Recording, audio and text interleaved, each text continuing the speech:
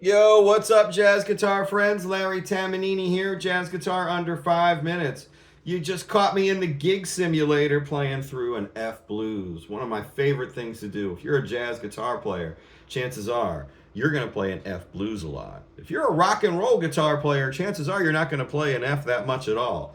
So if you're here and you're having a hard time playing in the key of F or just trying to create tension over a blues, this will probably be a good hang for you.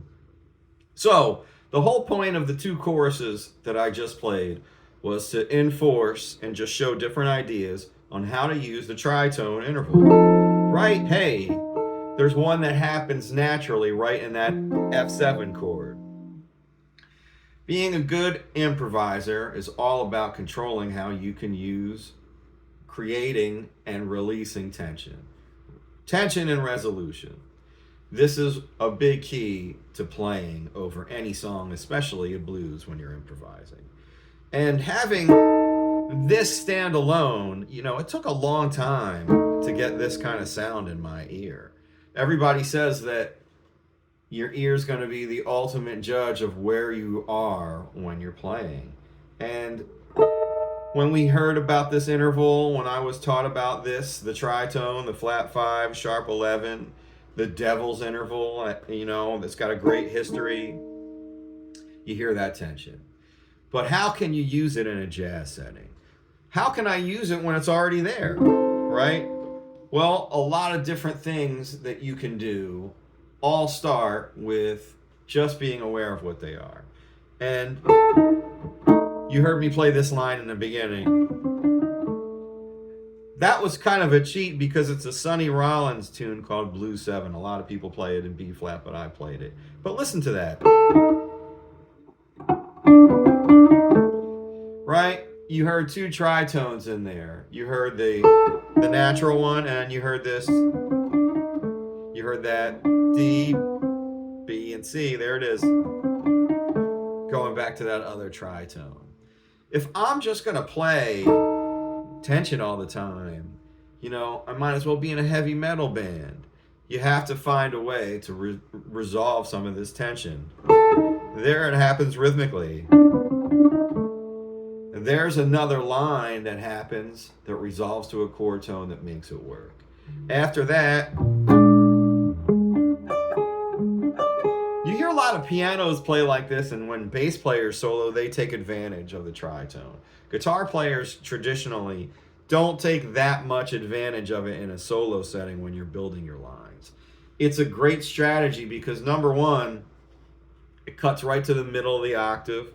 So if you're typically a scalular player and you're playing like seconds and thirds, immediately this is going to change your line structure because you're playing something that's like above, not quite above or a chord tone above.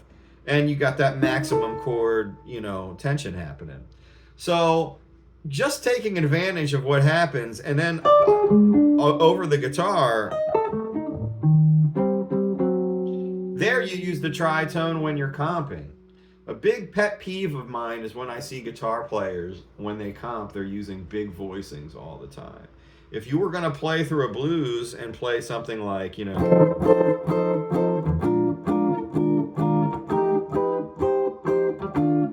I can't even do it. Right? It sounds like you're on a Beach Boys gig. Those big voicings can be cool sometimes, but not all the time. There again is where the tritone comes in handy, because when I played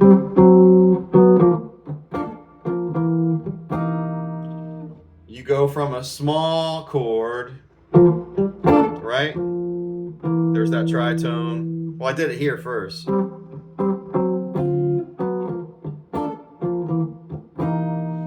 get to hear the bones of the chord, and then you kind of get, it's almost like a before and after. You know, you hear, if you were just leaning on those big chords all the time, you're going to get in the soloist's way, you're going to get in the bass player's way, you're going to get in everybody's way. So don't be that guy that plays big, or girl, don't be that person that plays big voicings all the time. You're going to have a bad time.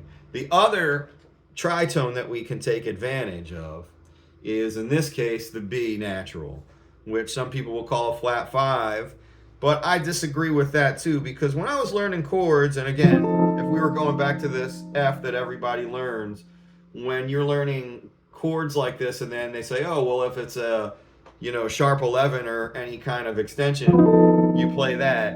You know, to me, that doesn't sound like anything that I would use over a blues. It would be a cool construct to build part of a line, right? You know, that's not too bad. That's pretty cool too. But when I add that B note, 60% of the time, it works all the time, you're gonna put that B on top. And you're gonna think of your alterations like this as something going over the octave. When I think of a flat 5, I'm usually thinking of like a diminished chord or a diminished sound. When I think of a sharp 11, I think of something that I could use over a blues, right? So the line that I played over that, it's a lick that I play a lot. It's kind of like a Lee Morgan lick. And if we're in F, my first note's going to be an F.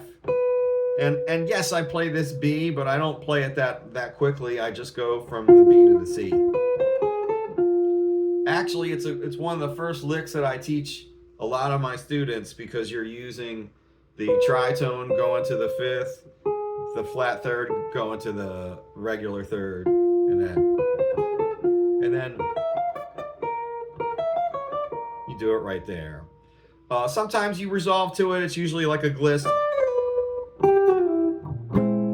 You know, that's how it sounds over the B flat.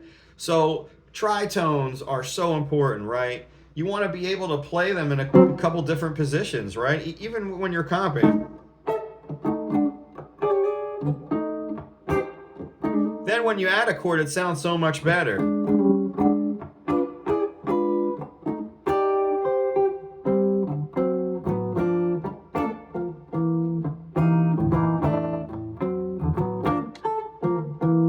A lot of those chords that I played were just those tritone double stops.